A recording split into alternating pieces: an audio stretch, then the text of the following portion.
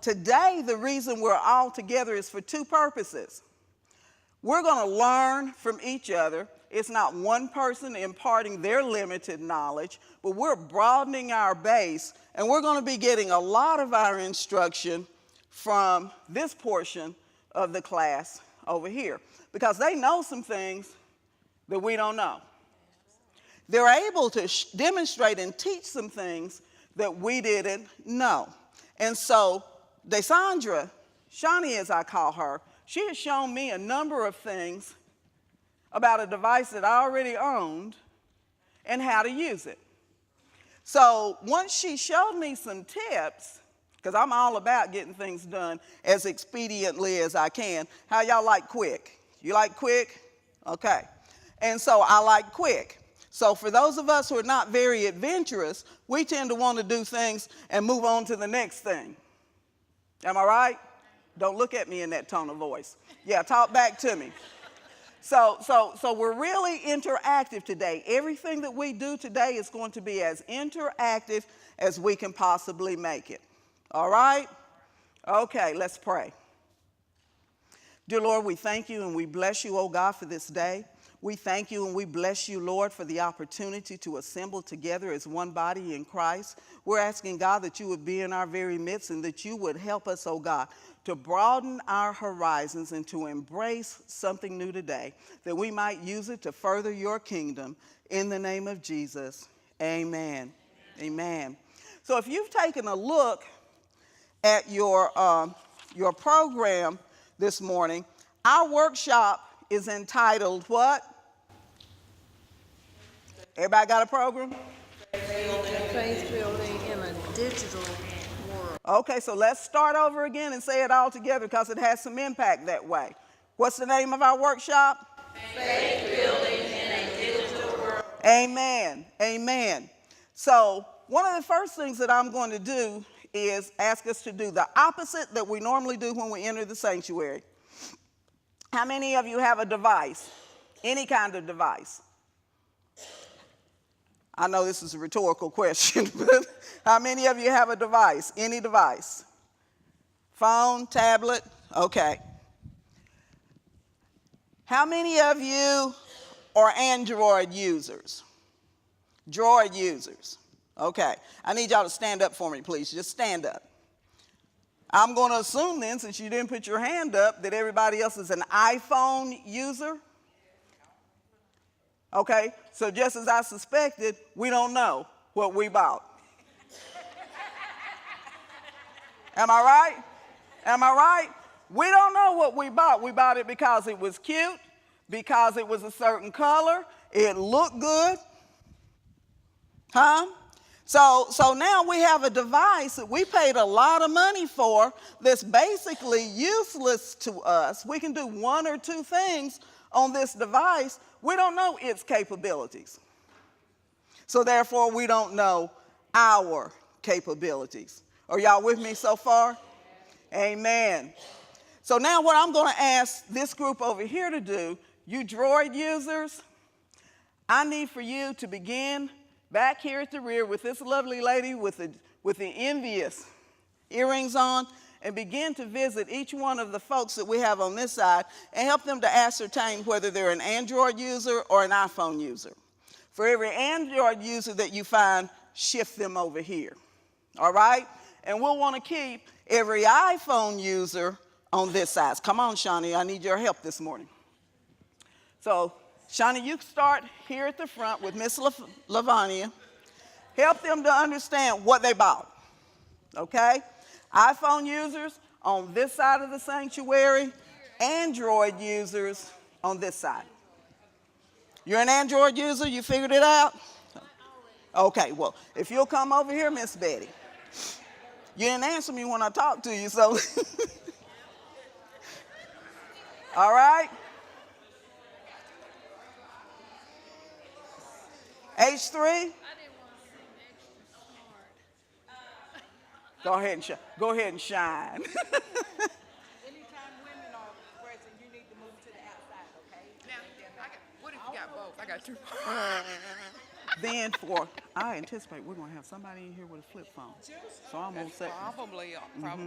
so I'm going to save you to help them. Okay. Okay? Okay. All right, thank you Well, so you know much. I work for U.S. Cellular, so I work for it. Hallelujah. See? So if you want to use me for I anything, will. Prayer works. Prayer works, girl. It works. do it all. It works. It works. So, Sister Hannum, what if they just have a regular little flip phone? The two of y'all gonna work together. Y'all gonna help Well, me no, this she morning. does both. Yeah. We've got a woman in the back who has a flip phone. Who's our flip phone user? I knew it was you, Miss Oliver. I knew it was you. You can stay where you are, but know that you'll be helped this morning, okay? And we're not picking on you either. We're just going to learn some things today. Because for those of us who've been around for a minute, one thing that we have learned is time is important, time is fleeting, and time does not wait on any person. Am I right about that? Have young people Shawnee, have you already begun to figure that out in your life? And so what we're talking about today is a number of different things. So just in the title of our workshop alone, individuals, raise your hand before speaking, please. Oh, and everybody turn your device on. If it's off, turn it on. If the volume's off, turn it on. The opposite of what we normally do. If you've got it on silent and vibrate, put it on some kind of tone that's not a barking dog. That's the most annoying sound I've heard. Now, faith building in a digital world. From anyone's standpoint, what is the most important word or term or idea of thought that comes from faith building in a digital world? Anyone, hands up. You get nothing from that sentence or that statement? Miss Jennifer, am I going to have to separate you and bring you up to the front of the class? Faith building in a digital world. That's a statement. That's also the name of this workshop. As you hear it, what becomes your focal point or what's very important to you from that statement? What do you take from that? And what do you think our objective is this morning? I think you can reach a lot more people in a digital platform. Reaching more people in a digital platform. Anybody else have a different thought or idea that came to them? More expediently. Expediency is faster. So basically, the droid side of the room is focusing on the digital world. I was thinking about communication. Communication, okay? Communication, speed, efficiency, and the digital portion of this statement. iPhone users, is there any portion of this that's differing, some idea, anybody who has a different focus that when you read this statement, it hit your heart a little differently than what we heard over there? Anybody? Adapting, okay? Adapting is what came to Desandra's mind, and I want you to hold on to that thought because you're going to help me with something in a minute. Anybody else? Yes. Connection, okay. Bridging, adapting, changing, okay? Anyone else? Anyone else? So then you won't be offended if I say to you our primary purpose was not what either of these groups, what hit you as a focal point this morning. That's not the means that we're trying to convey. Faith building, faith sharing is what we're really focusing on. The portion that landed on you as being very, very important is the mechanism. And so let me put it this way. In life, we often do the same thing. So if we're going somewhere and we're making plans, oftentimes we'll make plans in our life based on the best ship or the best vehicle or the fastest means of getting from point A to point B. And not quite as much thought in planning into our destination. Y'all with me so far? So in other words, what God wants us to know is our destination from his standpoint. He is more concerned about where we go and our getting there than he is in how we get there. God doesn't care if we got to Chattanooga by van or bicycle or tricycle or airplane. His focus is that we arrive here expecting to meet him here and expecting to get something out of our experience. Amen? It does not matter whether we arrive in a Cadillac or a limo, whether we have a driver or we drove ourselves. And the same thing is true in his gospel message. So now that our district Christian education directors have joined me, one of the things that our primary focus this morning is faith sharing. So can anyone, any brave soul, say to me what you believe faith sharing is? This is about what you think you know about faith sharing. And our secondary, let me say this right up front, our secondary objective this morning is overcoming your fear factor, whatever that may be. All right? Overcoming your fear factor. So everybody's quiet right now because I said something about faith sharing. Now all of a sudden we ain't talking no more. And why are we not talking? Truth prevails in God's sanctuary. Why are we not talking about faith sharing? Brother Jimmy. You don't want to give the wrong answer. But guess what? If you don't say anything, I don't know you don't know. I can't teach you, or anybody else can't teach you. If you don't tell us, I don't quite understand. And there's no shame in not knowing. The shame is not knowing and know you don't know and don't try to get the information that you need. So for me, it's like shame on me if I have a $700 device and I use it only for a text and a phone call, and it has 100 other capabilities, and I leave 98 of them on the table because I won't ask Delilah how to use my phone. Or if they don't feel comfortable enough to share with me when they see me doing something laboriously, and Shawnee says, Mama Sharon, let me show you something. And in 2 steps, she shows me 50 things that I didn't know I could do because she had the courage to say to me, did you know that this can do so much more? So let me start again. And we've got one person. I don't want to give the right answer, a wrong answer. I don't want to give the wrong answer. Is there anybody else in the room that has a different reason for why you didn't respond when I said, what is faith sharing? No?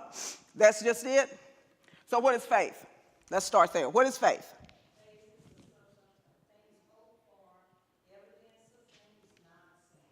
And that's church speak, and some of us church folks know exactly what you mean, but young people and unchurched people don't know what you just said. They'll nod their head and say, okay, thank you very much, and go away, not knowing any more than they knew to begin with. H3? Believing in something you can't see, which in one word is what? Faith. Another word, a synonym. Trust. You're trusting in some things, and you're putting your trust in something that really is mostly an inanimate object, and you're not giving a second thought as to whether it will work for you as you think it will or not. When you came in here and took a seat, did it occur to anybody that that pew would not hold you up? No. When you got in your vehicle coming here, did it occur to you on your way out that it might not start? No. Now, in certain conditions, we might, if it was like 45 degrees below zero, we adults might think, it's so cold, my battery may not turn over today. But under ordinary, I want you to hear this word, under ordinary, everyday circumstances, we assume our car is going to start. Got me home last night, wasn't nothing wrong with it when I went in the house. I have no reason to believe it won't work for me today. So now, what we're saying is faith building. And from the vernacular that Sister Oliver just gave us, that's church speak for trusting. But trusting in whom and what? Where are we placing our trust? Where is our faith? For some of us, it's God. For true believers, for those who have already been converted and part of the family, we already know and understand that we should be placing our trust in the infallible God. The rest of what Sister Oliver says to us is, He's done so much for us. It's a hope for our future, and it's a hope that you can't see. But what do we keep looking for? Every single day that we're going to put our trust in, what do we keep looking for? Things that we can see. I believe that this is because I can see it. I believe that this can because I see it doing it. I believe that this pew is going to hold up because it's holding up right there with more people on it. I believe in what I can see. So now, primarily I'm talking to seasoned saints. How many of us have found out, either the easy way, the midway, or the hard way, that you can't believe your eyes all the time?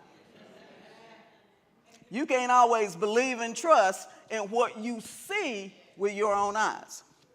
And I won't get off into that a whole lot, but our primary premise today is we're going to share our faith. What's our faith? Us, we body of believers assembled in this room today. Do not let fear keep you from saying something because we can't correct it if you don't say it. What is an AMEZ Zionite's faith? And you all know it, you really do. The Apostles' Creed tells the world. So college students, when you go to college and somebody says to you, why are you a Christian or why are you a Methodist? Because I believe these things. And anybody that tells you anything other than what is held in that overall creed, you can know is a lie. Because our creed is biblically based. We can go back to what thus says the Word of God and what God says and how He says we should operate. So, what is our Apostles' Creed? Let's all say it together. I believe. Wait, do you? You believe in God the Father Almighty? Father of what? Maker of heaven and earth. Everything, including us, belongs to God. Go right ahead. I believe.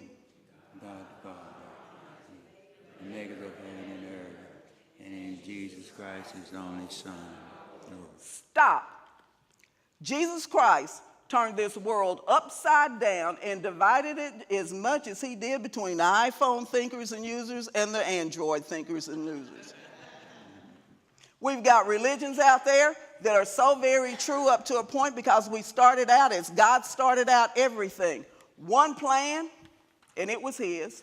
One idea, and it was His. One land, it was His. One people, and it was His. So when you get introduced to new religions, new thoughts, new processes, when you get introduced to those, and what they're saying to you in some of these other religions sounds true, is true up to a point. Where do we part? Where would we really part in our thought processes and who we're going to follow when we hear someone from another religion saying that Christianity is not the way and Jesus Christ is not the way? What do we say? We don't say nothing? And that could be the answer. Sometimes some people are too afraid to challenge what they just heard and walk away from that. And so we know that the devil is crafty. We already know that. He can have us to believe some things that are absolutely not true. He knows the word too. Remember, He was present. He was present. And He wasn't a bad guy then. But I won't divert into that either. But anybody that tries to get you to believe that Jesus Christ is not the way for time purposes, You need to know that that's a lie, and you go in the opposite direction. The only thing you need to remember to tell anybody is, and you don't have to debate what you believe and don't believe with anyone, you don't have to do that. If you're so inclined and can back it up with the scripture, do that. But if not, you can say, my faith tradition says, and we take it from the Bible where Jesus Christ himself says, I am the truth and the way. Nobody can come to the Father except through me. All right? So for young people, if you don't remember anything else, you can remember that part. Because what you don't want, and I know you don't want, and we've just been hearing on the news about somebody else who lost his mind for whatever reason unknown to us and killed 12 people. We know that people are coming into schools and on college campuses every day and taking somebody's life for what seems to be no reason. I don't believe that any of you living in today's age really want any of your friends or any of your peers going to hell, even if you don't like them, do you? This means yes. Do you really want somebody to go to hell? Is basically the question. Do you really? Do you really? You just want to be punished for a little while, right? And you won't be able to see it. I understand. But people are leaving here every single day unsure of their salvation. And we don't want them going to a place that we knew about and we knew that God wanted them to go to. We don't want that, do we? Y'all still ain't with me. This side over here, you iPhone users, and I thought we were connected like that. iPhone users, do you really want anybody in your school to go to hell when you know there's a better place? Do you believe that you can help them to a better place? Yes. Do you? Yes. Do you? Yes. Do you? Do you? Do you?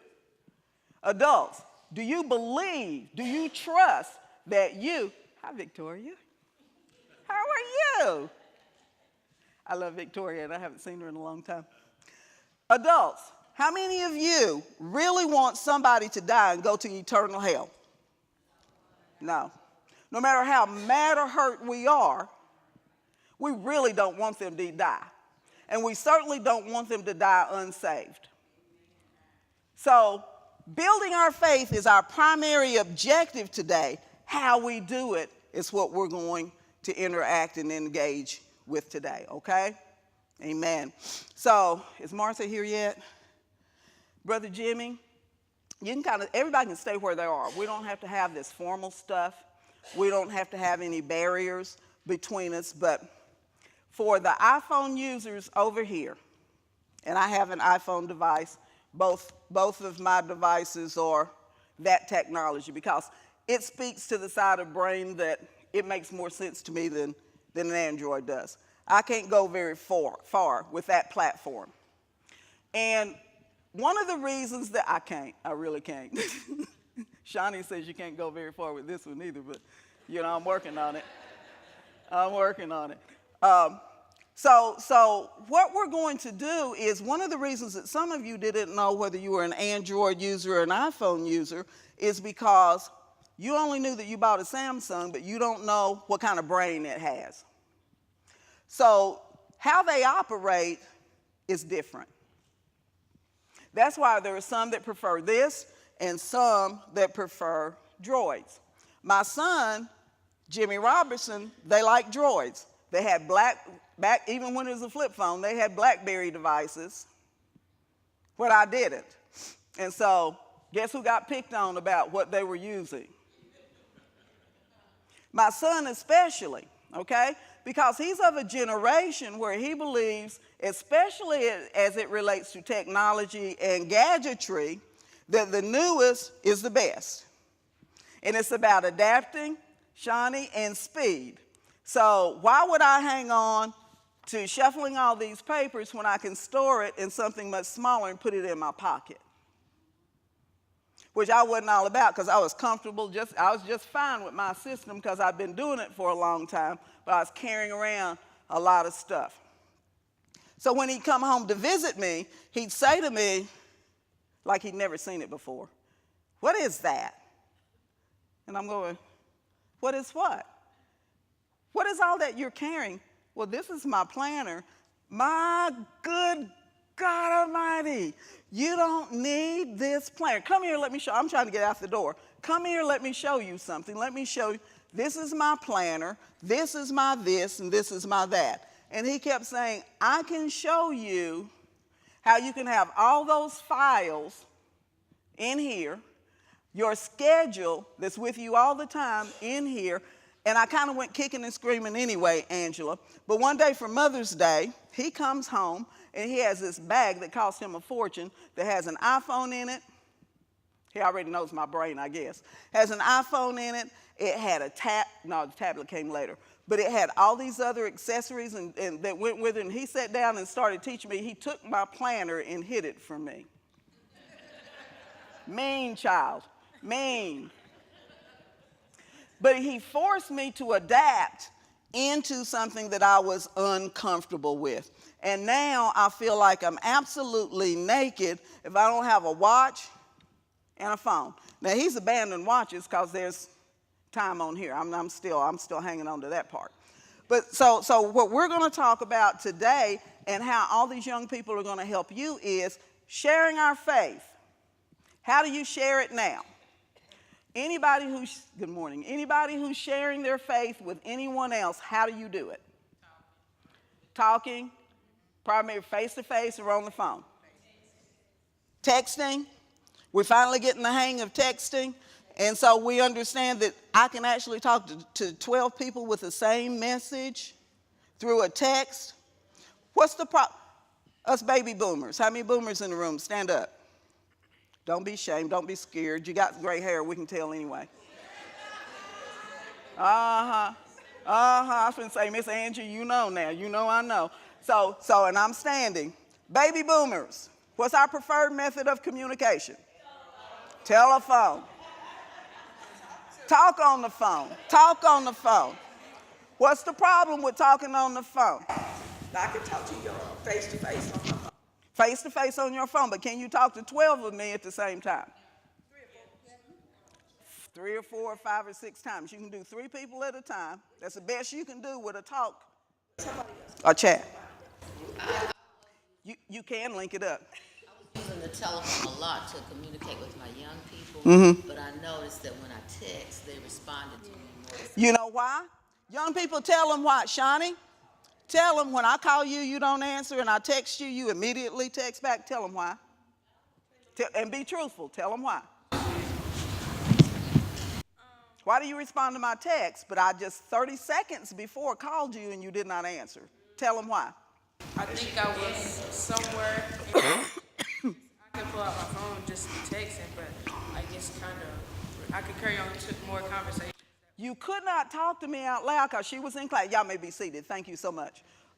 She couldn't talk to me at the time, but it didn't mean she didn't want to hear from me, and it didn't mean she didn't want to know what I needed or anything like that. So she could respond by text because she couldn't get in as much trouble, especially if she's in school, because our brains go south sometimes and we forget it's 2 o'clock and not 3:30, or even at 3:30. Our young people have a schedule these days, do they not?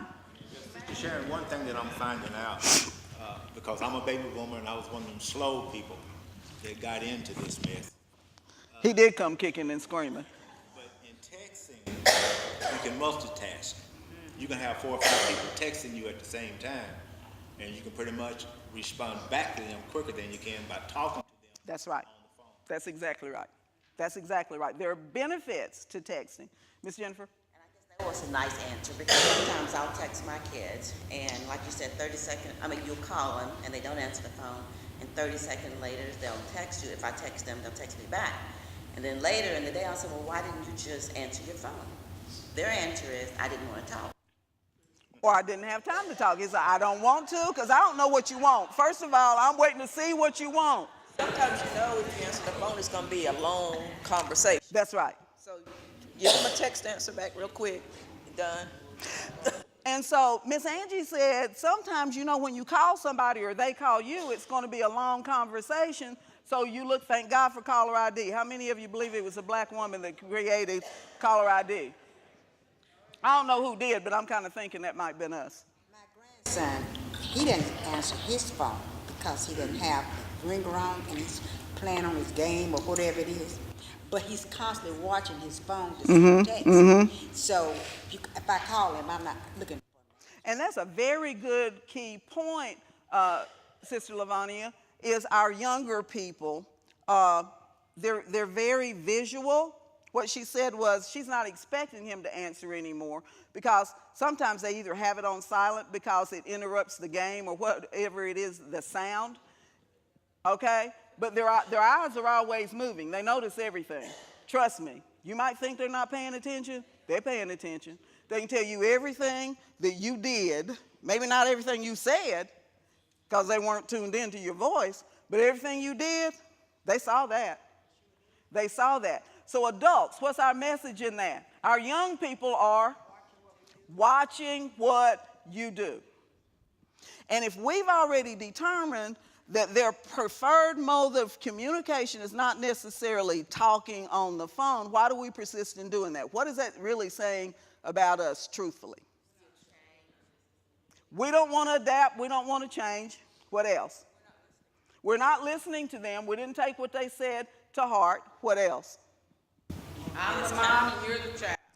I'm the boss. You do what I say do. It's a control thing. You do what I say do. Now, what have we just said to our young people? In effect, what did we say to them? I'm not listening to you, and I'm not listening to you because you're not speaking to me the way I want you to speak to me, so I miss your entire message, and guess what they do? Here's the thing that I have a problem with. If I'm paying for that child's phone, I have a right to dictate what that child does with that phone. If I'm calling that child should have enough courtesy to accept my call. Whether it's, now if they want to pay for their own phone, they have the right to do what they want to with it. Okay. Okay. Now, young people, what do y'all say to that respectfully? Respectfully, how do you answer Mr. Jimmy Robinson or your parent? How many of you have heard that before, by the way? Uh-huh, uh-huh, uh-huh. Uh-huh, uh-huh, uh-huh. I knew you heard it, yeah. Y'all heard it too. So say respectfully in here what you could not or did not say at the time you heard it. Delilah, stand up. Let them hear you. We're being filmed, by the way. I didn't tell you before because we weren't past our fear factor. I understand that 100%. And it's sort of hard to come up with an argument against that. But with me, at my age and balancing school, it's kind of hard to sort of do those things on my own. And so I respect that my parents, they have bought my devices and that they have a say in what I can and can't do. But at the same time, I sort of need a little bit of space. Just a little bit to sort of figure out who I am, you know, without the constant supervision of my parents.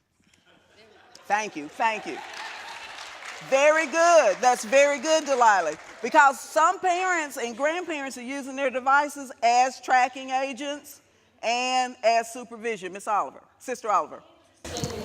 No, this morning on the news, they were talking about, there was a lady talking about her 2 children that had the devices that were actually waking up in the morning and being online and were lack of sleep. So we have to be careful. The parents, children, they have to monitor things because they are training you for what's out there in the world. So when they take you to turn those devices off, turn them off before they get took away from you. Because I take mine away. But mine are grown now, so they have their own. But I know who she is, but standing out. I know, but she's got to come in. See why she's just sitting out there. And not be attentive to what you're trying. You have to train them. Well, the key message, that's true. That's very, very true. But really the key message for this age group that they're going to be able to hear and understand and receive from us is just like time is fleeting for us, it's fleeting for you too. And you probably already figured out that whatever device you have is going to be obsolete in 2 years. So something new is always being created, something new is always coming along. And so if you get addicted to this one thing or it becomes a habit with you, habits are easier to create than they are to break. So one of our questions this morning, so that I can move on and not be too late in finishing up, one of the questions this morning is, why do you use texting and other social media as a means of communicating with your friends instead of utilizing face-to-face communication? I led into that with some other reasons why you prefer texting, and I do too now, than face-to-face communication. But when we're talking about your friends, is texting still your BFFs I'm talking about, your best friends? Is texting still your preferred mode of communication, or is it something else? Young people. Texting still your preferred mode, even though that's your BFF? Or FaceTime? Okay, a little of both. But you don't have to be in each other's presence to get the same enjoyment from the fellowship or the friendship. Okay. For baby boomers, I can't speak to Generation Xers. These young ladies right here are going to help me with that. So in your generation, what is your preferred method of communicating with your friends? Okay, you text. And so what I have found out, and I need everybody to kind of chime in, first of all, those of you mostly Droid users over here on this side, if you will, Jimmy, give them your cell phone number, please. Y'all put it in your phone. Jimmy Robertson, spell it for him, Jimmy. Your name's not Robinson, it's Robert. R-O-B-R-T-S-O-N. Okay. Son, Robert and son. Uh-huh. Okay. You got his name in? No.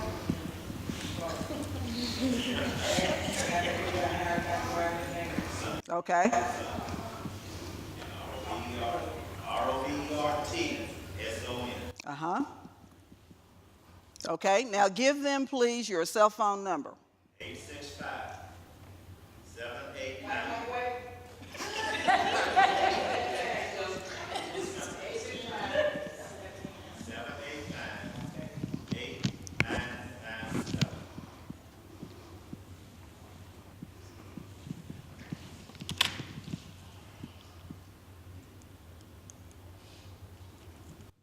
All right.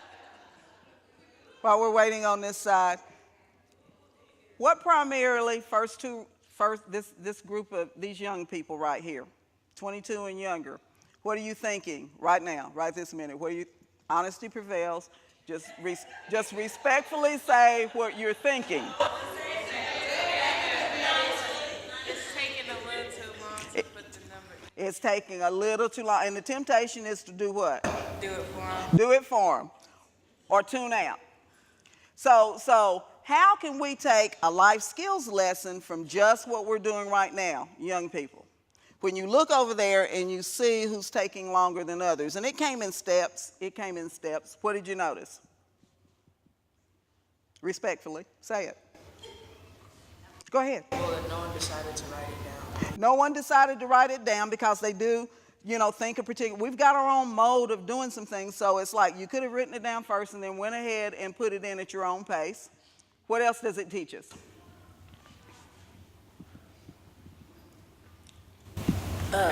They needed the number repeated.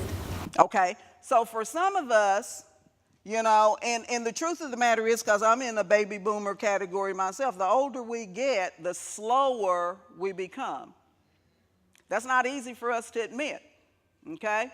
So we need to be careful, and we are all of our churches pretty much are intergenerational. We have people of all generations in our congregations. And so what God is trying to teach us is everybody's important to the body of Christ. Everybody has something valuable to contribute to the body of Christ. Everybody, irrespective of age, learns or does things in a different way or in a different timing.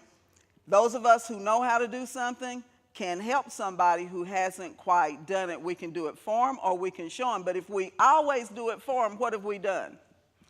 Parents, what have we done? If we do everything for our children, and when they become of this age, what they said was we handicap our children because when that magic number, whatever it is in our mind, you're grown, you need to know how to do thus and so, we just snap our fingers and say, you're 16 years old, you're 18 years old, you ought to know how to pick your clothes up off of the floor by now. But what you did was you programmed them to believe that they had a personal maid for the first 18 years of their life, and when they turned 18 years and 1 day old, they didn't see nothing different.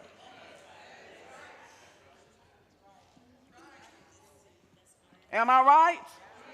Am I right, young people? It's like I'm the same person I was yesterday. Why are you hollering at me today? They didn't do it the way I wanted them to do it. But what we don't seem to understand is we're free to say that in a respectful way and begin to show them the standard. Because what I did with my son, and I raised some of my nieces and nephews, so I'm OCD. Now, first of all, we have to acknowledge and recognize things about our own self. And everybody's not us, and everybody doesn't think like us, hence droids, iPhones. So for me, my house had a certain standard.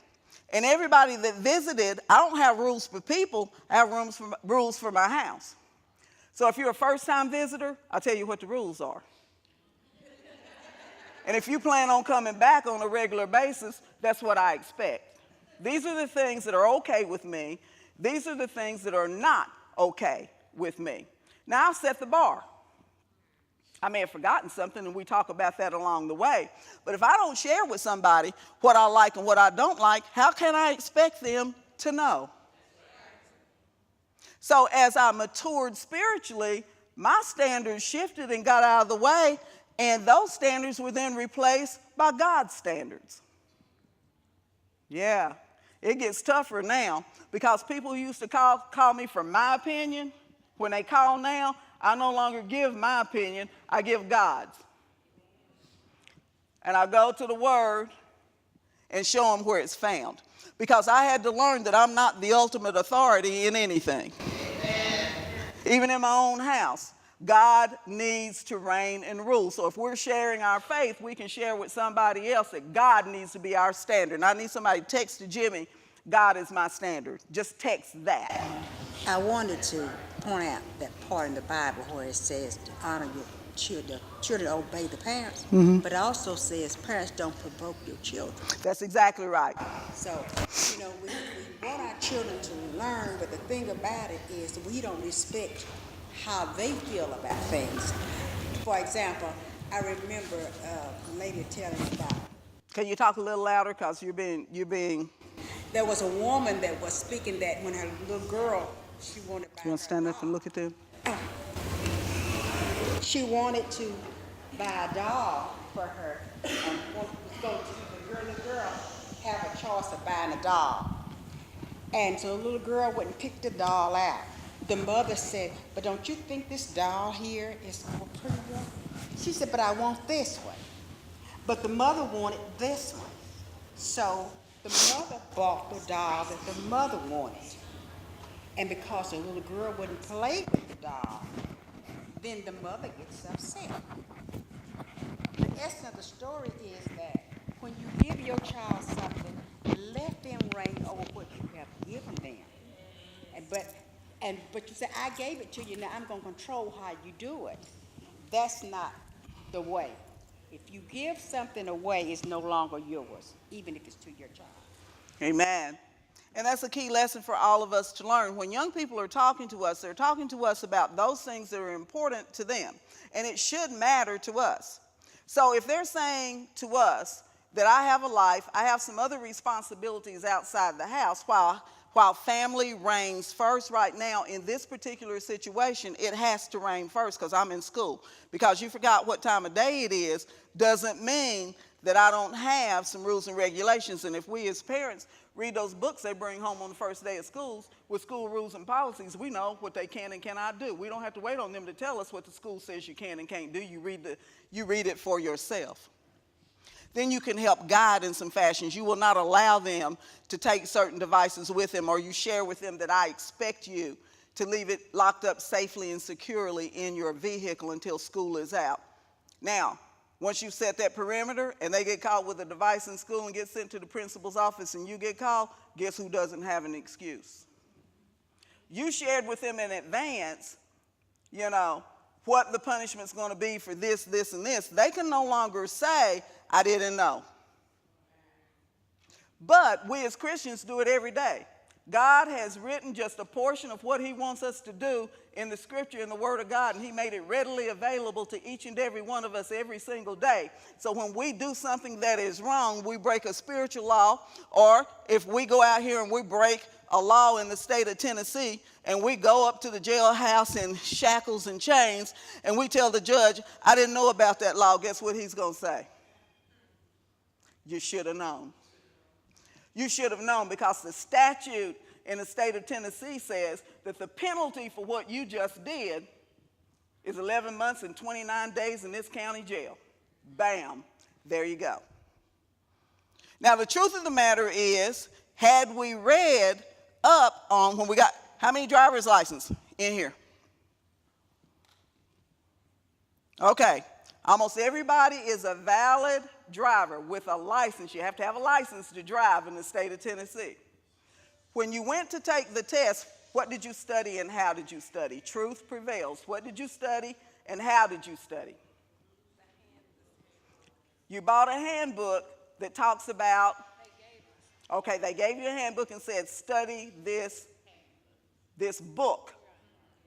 They didn't say to you, study page 1, 7, 12, 11, and you'll probably pass, did they? How many of us did that? How many of us studied the entire handbook? Everybody that's over a certain age. Now, Delilah and Shawnee and young ladies, when you got ready to take your driver's license, what'd you do? Truth prevails. Either one. Because either one, you got to take a test. What did you do to pass the test? The online practice. Aha! Truth prevails. Delilah knows I know what she did.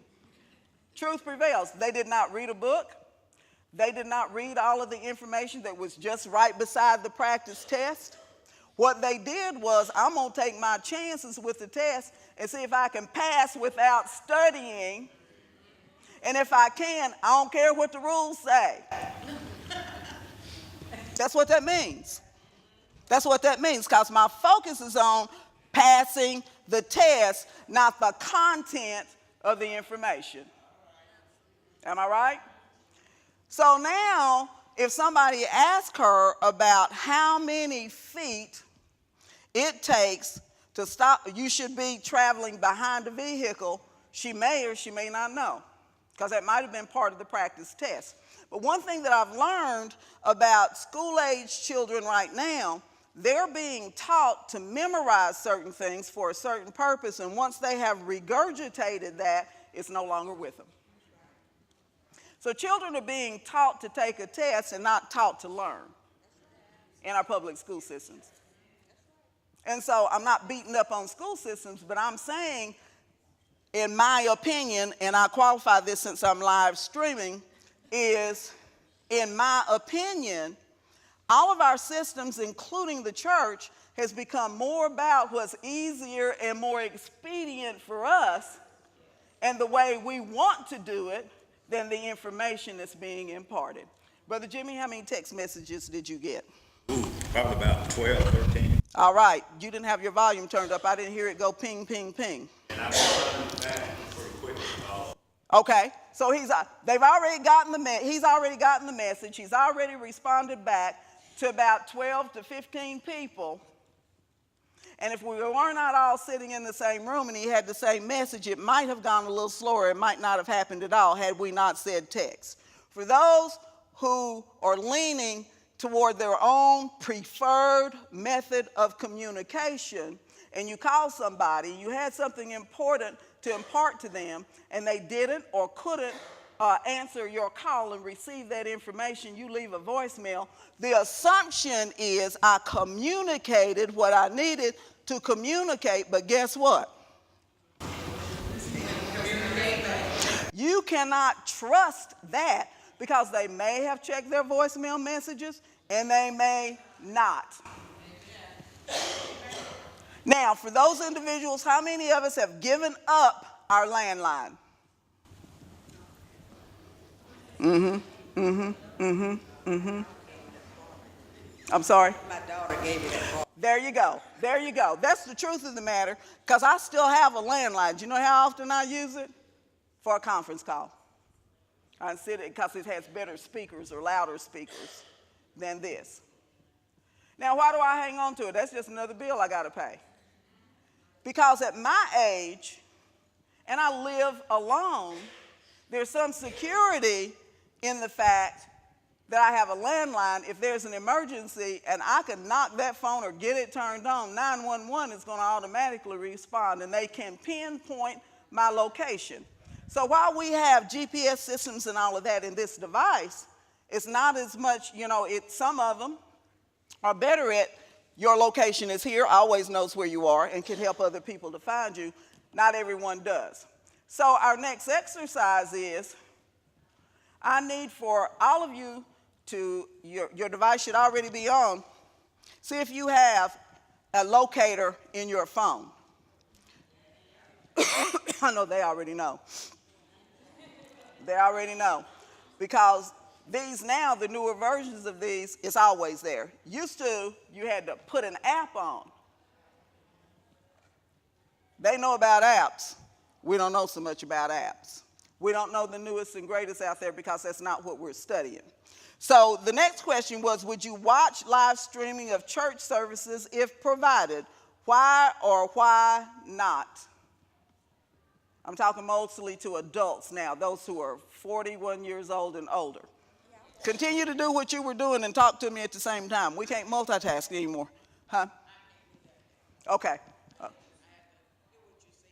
The question was, would I, because the church has to make some determinations. We're doing strategic planning for the future. We're talking to a whole demographic of people. And so what we want to know is, would you watch live streaming of your own church service, not somebody else's, your own church service, if provided? Why or why not? Miss Deborah. I'm failing to fellowship with other believers if I am live streaming. Now, if I am out of town, hopefully one day over in Europe, yes, I will probably live stream. But any other time, I need to be fellowshipping in my church. Okay. So her answer is yes, Miss Marianne.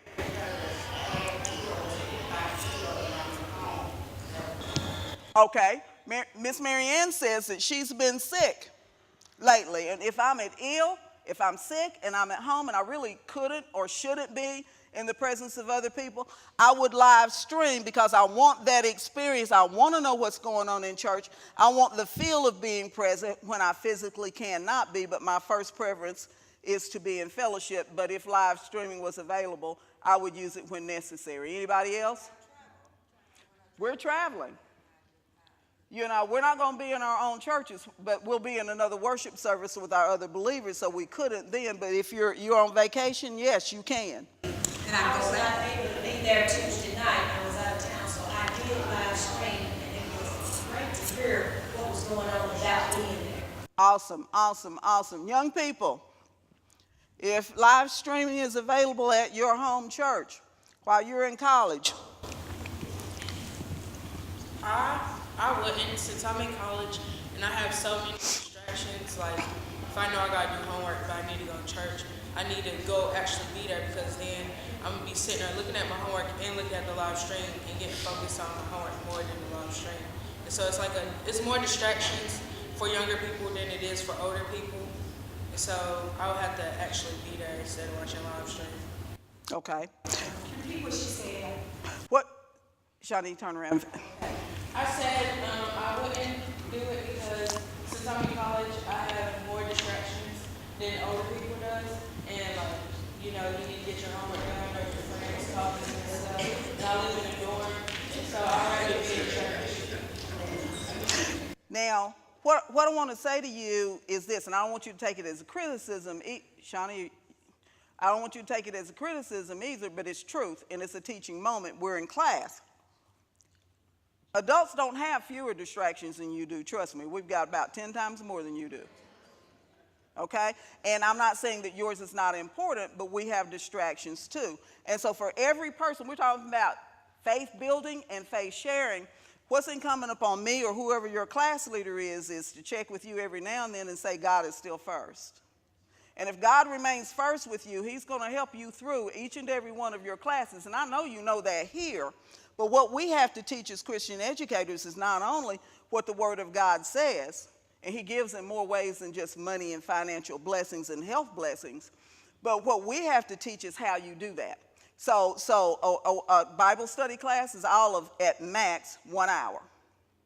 So what that allows you to do is build your spirit and then go back to your homework, because you have to make a conscious decision and a conscious choice for God first. And so that's just education for all of you. You have to put God first in all things.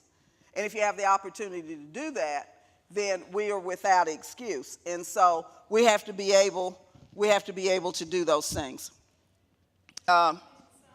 Yes. Okay, one of the things that we did with our sons, we created a t-shirt. You can use this symbol, GAS, gas, God, academic, and sports. We got that in them at an early age. Would that help at all? Young people, would that help for you to be able to prioritize what you need to do and how you need to do it? Or are we at a place where we don't really, how many of you are saved, by the way? Okay, so you're already in the family. Do you think you might be taking your father a little bit for granted? You think you may be taking Delilah's honest up here, do you think you may be taking God a little bit for granted? Because we just said in the Apostles' Creed, I believe in God the Father, Almighty, maker of all things, creator of all. That's us. He created us as well. And so we often get our priorities out of order. But guess what, young people? You're not by yourself. How many of us let the distractions of life get in the way?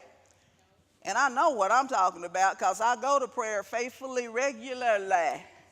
And it's the least attended service that is offered by the church. Nobody wants to talk to God. That's right.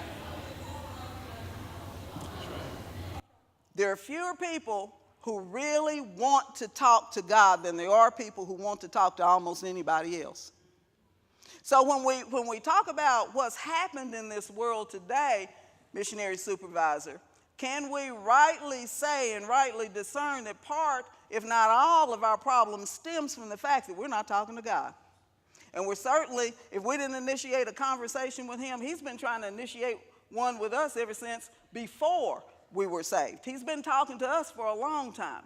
But if we don't engage him in conversation, he can't say what he needs to say. We can't hear what we need to hear. Ms. Lavania. You spoke about children seeing everything you do. You spoke of children watching everything that the parents do. If the children saw their parents in meditation the first thing in the morning and prayer, they will not maybe copy right then, but they will remember this. And as they grow older, they will remember, this is what my parents did. And they can do it even as they may start doing it even before they get old. But as a teenager, they realize that their parents put God first in the morning. And so as we talk about developing habits, we can choose to develop a good habit over a bad habit. We can make that choice. And once that habit has become ingrained, habits are hard to break, am I right? So if we participate in developing good habits and we show our children how to do good habits, then that will stick with them. So even when they're tempted to do something outside of that, the fact that it's their accustomed to do, as Paul says, as is my custom, I do this first, and I go to the temple every day, that will stick with them, and they'll talk more to that person who is omnipresent when we cannot be. We already know he's all powerful, but we're trying to hold on to it anyhow. We're trying to do things our way because that's the way we prefer to do them. God's way is always better.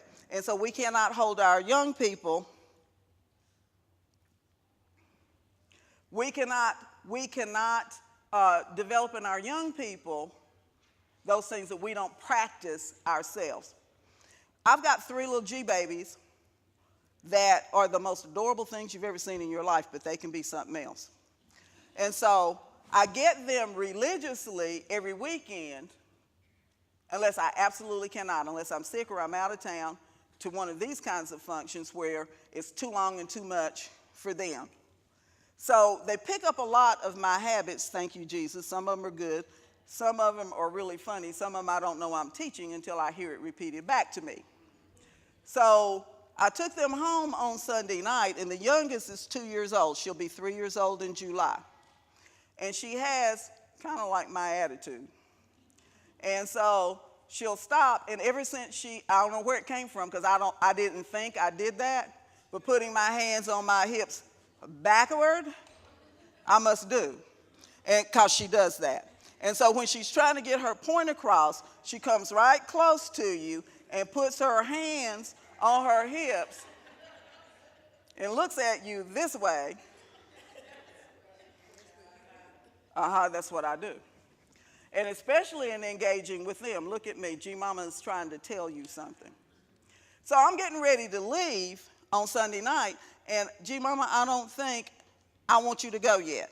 G-Mama has to go. G-Mama has this to do, and this to do, because remember, I'm going out of town. I'll be back next week. I don't want you to be back next week. I want you to be back now. But Gabby, you've been with me for 2 days. G-Mama needs to go. So the front door was open to her home, and the storm door was closed, and it's all glass.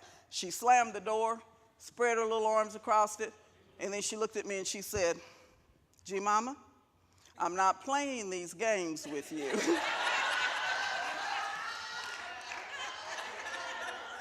You're not going anywhere. Sometimes it's good and sometimes you get it back, but sometimes you need to hear it. So for her, she was not interested in hearing. Whatever valid reasons I had, the primary thing was I was going to be gone too long, and she didn't want to hear that. So you stay for as long as you can. But our children are always watching. From small all the way up to their teen years, they're watching. And so we have to be cognizant of what we say, how we say it. When people get into my vehicle, and it started with the little ones, I really do want to know what they say. I think Miss Angie is probably the same way. Whatever music, and I only play gospel music in my car. I got another story in a minute. I turn it off because they're behind me, they're strapped down, they got all these devices that they'll have to be into till they're 18, because Tennessee law says so. But I want to hear what they have to say to me. And so I'm trying to drive. I need to be able to pay attention to what they're saying because that's important to me. So I turn it down and I turn it off. Now, when I'm at home, I don't always do that. So I don't get to sit down and watch TV. So most of my TV hearing is in the kitchen while I'm doing this, because they're always hungry. And I'm doing this and I'm doing it. So if they have something to say to me, the older one, Junior, who's 5, he's now in school, so he'll come up to me and he'll stand real close until I acknowledge him. Yes, sir. And he'll say, G-Mama, excuse me, but I have something to say. And I'll say, can it wait just a minute, because you don't want your he's OCD too. You don't want your fried chicken burned, do you? No, ma'am. Can it wait just a minute? So he'll go sit in the chair and just sit there and wait on me to get to a plate call. I'm not leaving until I say what I have to say. Michael, the middle child, is a true middle child. I want attention anytime, any way I can get it. So he usually usurps, most of the time, because he's misbehaving or doing something or screaming or hanging off of you to get your attention. I want it now. Gabby, who on the other hand will stay by herself until she really does have something to say and she knows how to get your attention. G-Mama, did y'all see that? G-Mama, I'm talking to you. You're not listening. And so that's the way everybody, whether they say it or not, if we feel like we're communicating or attempting to communicate with you, everybody has a different way of responding. What is incumbent upon all of us, no matter what our age is, somebody's always watching us as we interact too. If we snap off on somebody because they take longer than we think they ought to do what we already know how to do, is that Christian-like behavior. This means yes and this means no. So God is always trying to take us to a new level, to higher heights. He's trying to teach me patience, which is also my Achilles heel, as Reverend Brown said the other night. Patience has not always been my strong suit.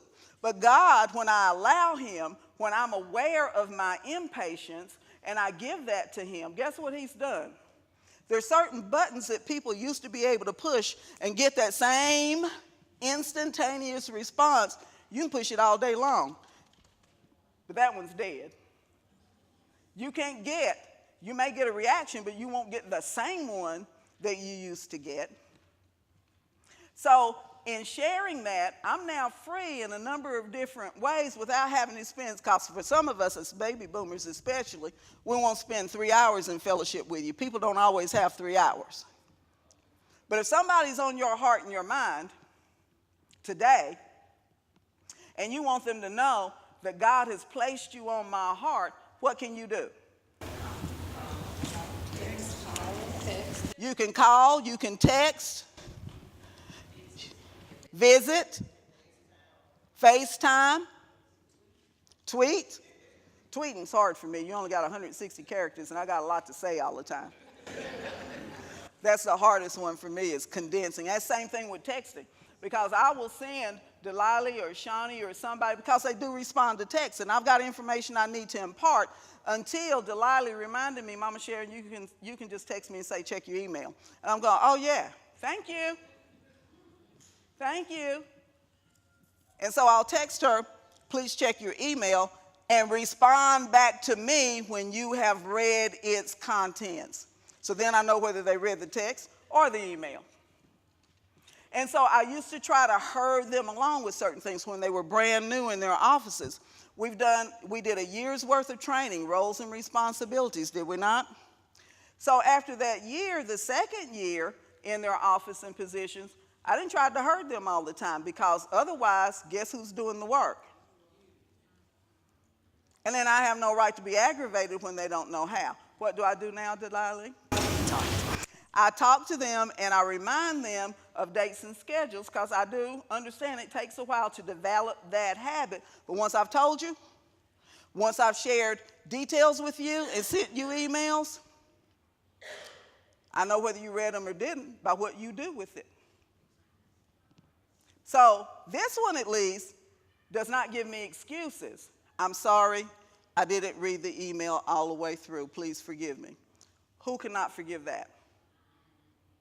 So then I accept that, and it's like, now I need you to do better in the future, because if you learned anything from this, you didn't really let me down, but those people that you were supposed to do some other things for or with, they're left hanging.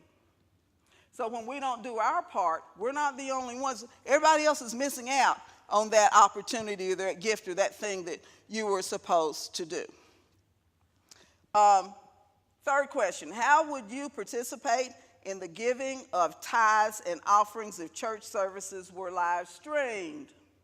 If you're sick and you're at home and your pocketbook and your wallet is at home with you, how would you give your tithe and your offering? You gotta have We are without excuse this day. We've got PayPal, we've got all these various apps, we've got wallet, iPhone users. We're without excuse.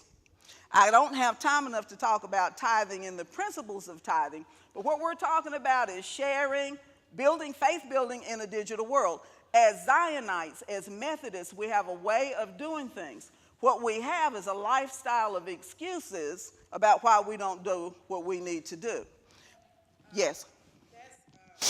When you were talking about how do you pay your tithes and your offering and stuff, that's sort of where class leaders come in, to collect the tithes and offering for the person that's not gonna make it to church on that Sunday. Because I don't know about all this stuff, but when I can't come to church on Sunday, then what I do, if I don't put it in the mail, then I hold it for the next Sunday that I'm able to return. But at least you're able to do it. Would you be willing to learn how to do something different?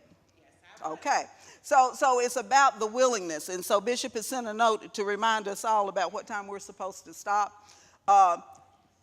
Yes. Here's the problem I have with online banking and all that stuff. With people able to steal your identity and now able to go in and steal your passwords and stuff, you are at risk doing things through cash apps and things like that that's supposed to be secure. Now, like I said, I'm old school. However, most of us have not downloaded those apps to our phones in order to give our offerings and things through that manner. So the best way that I've seen is like what the sister just got through saying. If you have a class leader and you're wanting to, and I know a lot of churches and things now are going through that for you to donate through those apps, which is fine if you're able to do that. But if you don't have that, what other ways do you have to get your money into the church? And that part really is about your own personal, how you feel secure. But the truth of the matter is, people have become so sophisticated in stealing that they're stealing directly from your bank account. Whether you put information out there or not, they're able to get it. If you ever use your debit card, first time I got hacked was because I used my card at Target, and they hacked into Target's account and breached everybody's information. The second time was because they breached some information at Blount Memorial Hospital. So we can't live in fear because of thieves and hackers and all that. Criminals are always going to be among us, and they're working hard to steal what belongs to you. But if it's within your comfort zone and you don't live 30 miles from your class leader and you don't expect that your class leader is going to interrupt their day and drive 35 miles to pick up your check, then you can do that. If you know in advance you're going to be out of town and you've seen them or asked them, do they mind meeting you somewhere to get your tithes and your offerings, you can certainly do that. There's a number of ways to do it. The whole thing is you're able to do it anywhere that you are, if that is a spiritual discipline that is important to you. So what we're trying to expound on today is the mission of the church is to make disciples of Jesus Christ for the transformation of the world. That did not come from our book of discipline, but it's the same mandate that all Methodists have. And so for us, if we can use better, more efficient, quicker ways to do things and can reach more people for the world and for Christ, then we should be utilizing those. Be willing to learn how to do that. Be willing to adapt. Be willing to change and conform, because there are many platforms and many ways for doing it. So just like when you go to shop for your device, your tablet, your phone, whatever gadget is speaking to you for the day. I was going in Lowe's one day to buy something to fix some plumbing in my bathroom. I can do just about anything because I've had to. And all these blinking blue lights were blinking and flashing from over in the appliance section. And it was a washer and a dryer. So they got all these smart washers and dryers that if you had a load and yours, as Marianne says, beginning to be demented, and you meant to turn that thing on before you left, but you forgot, from this device, you can start your wash or turn it off. You can start your dishwasher or turn it off. You can set lights in your house if you're out of town and going to be at an annual conference for a week to come on at a certain time and go off at a certain time as though you were at home. You can control your security systems from where you are. If somebody's trying to get in and the police call and say, "Are you at home?" you can say, "No, sir, I'm not," and look on your device and say, "But that person on my front porch looks like this, this, and this," and they're getting in that vehicle. We've got to learn to use every device at our disposal for building the kingdom of God, for the purposes of God. We've got to get our priorities straight. And for those of us who are into our own comfort and just don't want to learn anything else, let's step outside with our young people, keep our brains engaged for as long as we can, be willing to listen to them on occasion, be willing to get some instruction from our young people on occasion, and then be able to put God first in everything that we do, in our living, in our sharing, in our teaching, and be able to quit giving our opinion and know what the Word of God says. Amen? Amen. Thank you so much for your participation. Now's the time. Thank you.